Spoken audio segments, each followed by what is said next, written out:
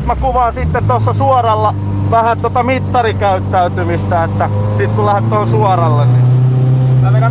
Mä vedän siihen pääsuoralle, mä vedän hiljempaa ensin siihen, että pääsuoralle tulee. Joo, ja sit siitä niin lataa sitten menemään, että... Ihan fantastinen kokemus. Näin niin kuin tältä pohjalta. Aja vaan reippaammin, kato ettei... Mä vedän vaihteita vähän läpi. Joo.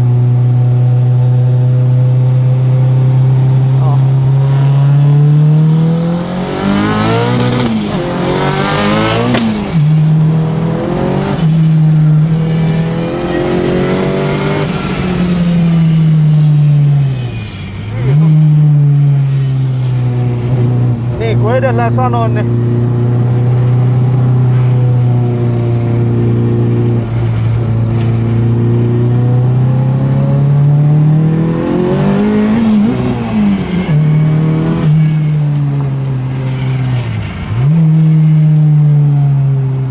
toi